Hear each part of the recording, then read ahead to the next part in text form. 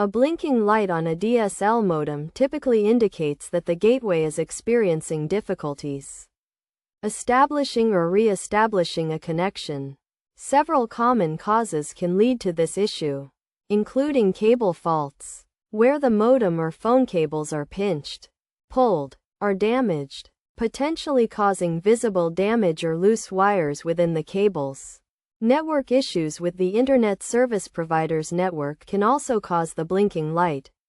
To resolve this problem, it's essential to ensure a secure cable connection by checking the registered jack connectors for loose parts and straightening the cables, including the power and phone cables, and verifying that the RJ connectors are well connected by unplugging and plugging them in.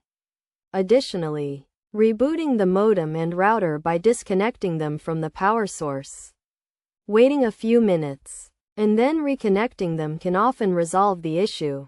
If the blinking light persists, it's recommended to seek assistance from the internet service provider, who can provide an expert analysis to identify the root of the problem.